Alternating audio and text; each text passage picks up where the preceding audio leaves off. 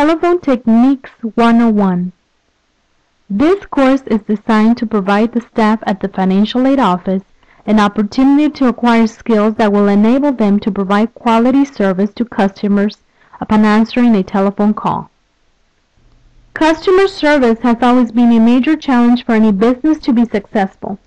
The findings from the National Student Satisfaction and Priorities Report conducted by Noel Lebitz in 2009 show that customer satisfaction is still an issue. Two major challenges were found. One was that the students were getting the runaround service, and two was that staff were not being helpful enough.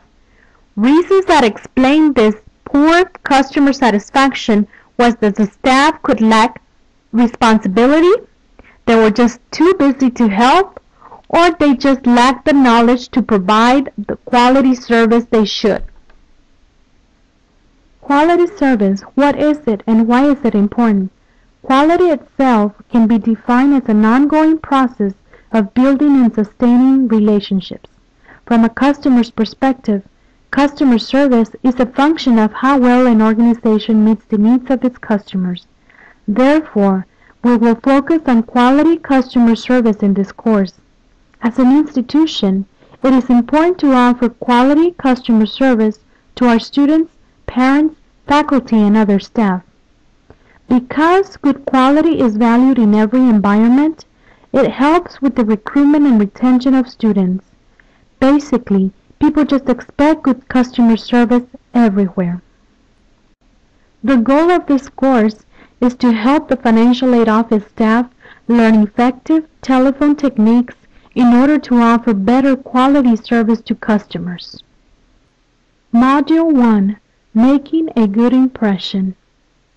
In this module, staff will learn how to answer a telephone call in a courteous and professional manner.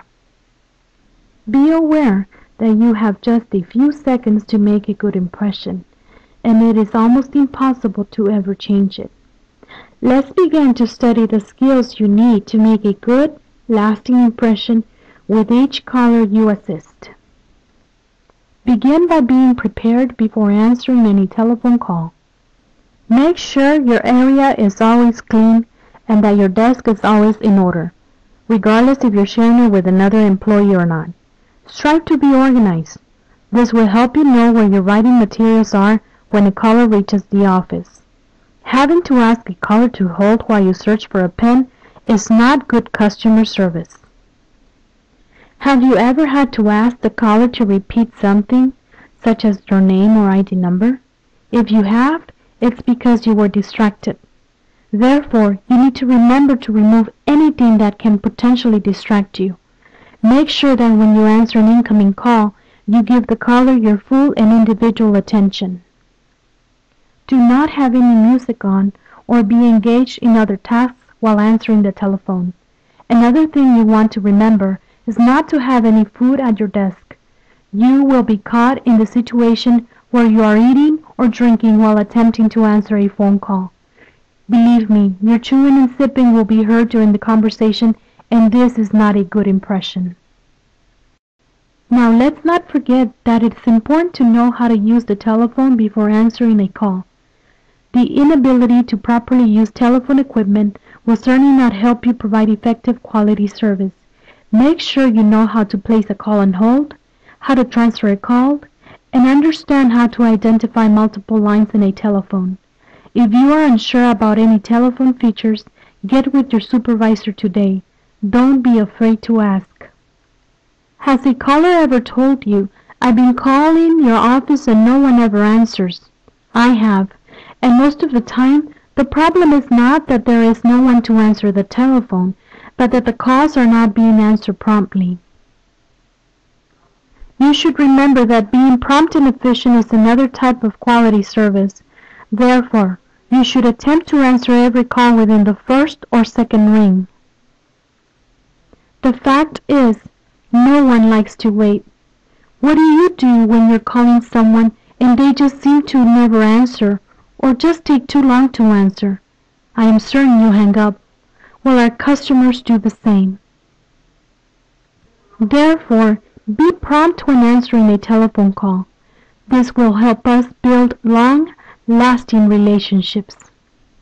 Now, we will discuss how you can prepare a good introductory message to use in the financial aid office. You start with a friendly greeting. Telephone greetings are critical to leaving a first good impression. A pleasant phone greeting is essential to a successful call. Your greeting should be something like, "Good morning," or "Happy holidays." Whatever your phone greeting is, it needs to be sincere. You want the greeting to be natural and not just a routine. After your greeting, you should remember to identify the institution or office. Stating the name of the department lets the customer know they are in the right place. You want to avoid having the caller ask, "Where am I calling?" You may think the caller should know what number they just dialed, but what if they dialed the wrong number? Has this not happened to you before? The last thing you want to do is to identify yourself by name, because it is a sign of authority. Stating your name implies that you are accountable. It also creates a personal touch with the caller. Putting a name to the face behind the receiver is good customer service. Your greeting should now sound something like this. "Good morning, Financial Aid Office. This is Martha." Before you continue with this course, let's review what we have covered. Making a good impression involves practicing good customer service skills. 1. Remember to be prepared to answer a telephone call. 2. Answer promptly on the first or second ring.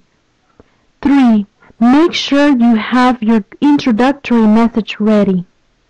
You will now have the opportunity to practice the skills you have learned in this module.